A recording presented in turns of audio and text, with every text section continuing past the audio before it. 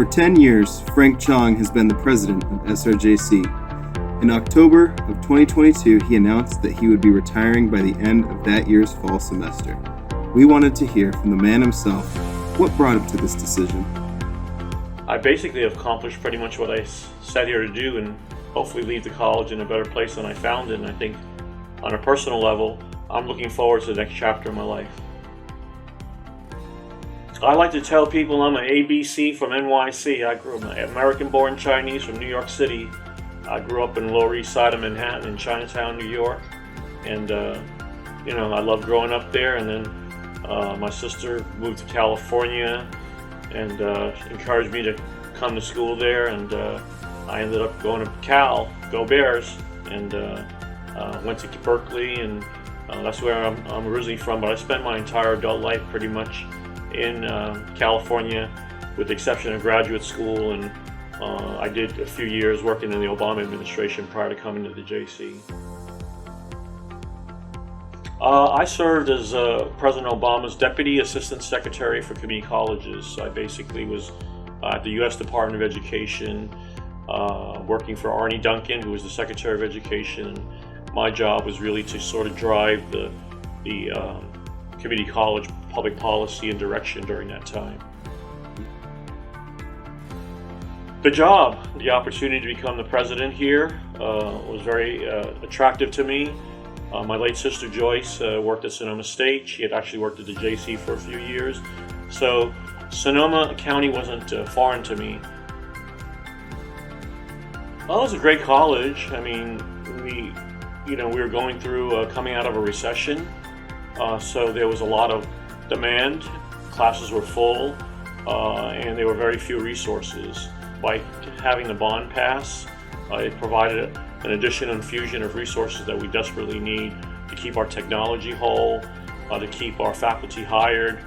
Really helped position us for the future. Wow, that's a great question. I would say the DEI movement and George Floyd and the whole issues around Black Lives Matter. We're seeing again attacks on civility on campus.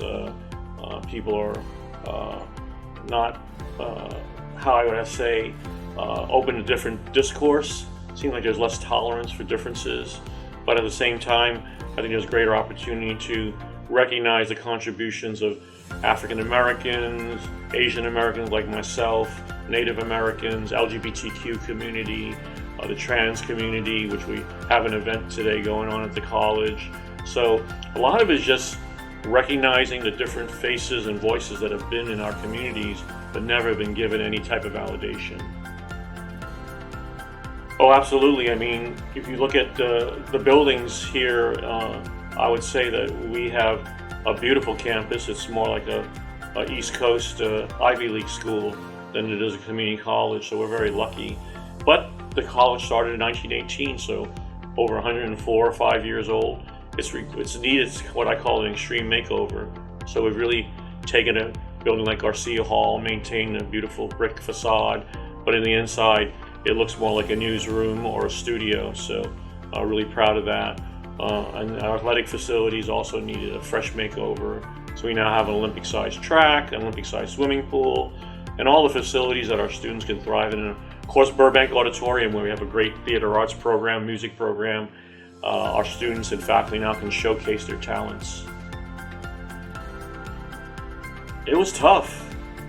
You had a lot of people with different opinions about how I should do my job, whether vaccines were needed, not needed, whether masks were needed, not needed, whether we should close, whether we should stay open. So a lot of key critical decisions needed to be made in a very short period of time. And then you had people who were very emotionally invested in all of those decisions and impacted. So it was not easy, but I think we have a good team here, and we followed health and science. I'm not a scientist, so I had to rely on public health experts who are expert in their field to make recommendations, and pretty much that's how we adopted them. Well, the housing program grew out of the fires, and even before the fires, we saw a dramatic increase in rental prices in Sonoma County. We were hearing from students who are commuting all the way from Ukiah, Lake County, and they're putting the carbon footprint, right? They're driving, using up gas and time. And we said we need to build some affordable housing right on campus. So that was the beginning of a vision. And then we developed a plan, and then the plan turned into reality. So I'm proud to say we'll be opening up our student resident halls in the fall of 2023. There'll be 352 beds, 5 stories, and it's going to be state of the art. Wow, that's a great question. Just meeting all the faculty and students and staff. I mean, just really nice people for the most part. There's great food here through the culinary program, great wine through the wine program, great baked goods through the bakery, great plays and music, and I love the athletics part of it. I go to a lot of games, so it's been really enjoyable for my wife and I, Lena, to participate in the everyday life of the campus, and so I'm going to miss that part. It's been really enjoyable, and seeing programs grow like media and hiring great faculty members like Brian Antison gives us a hope that the next generation of filmmakers and media folks will emerge. So yeah.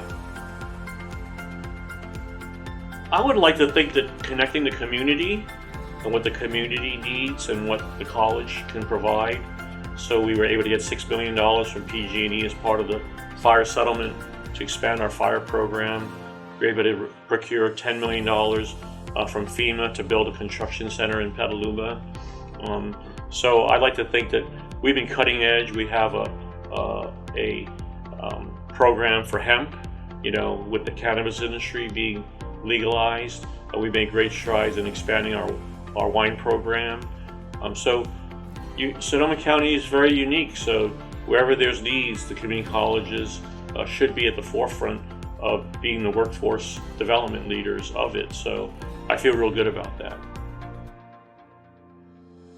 Haven't a clue, but I wish him or her well.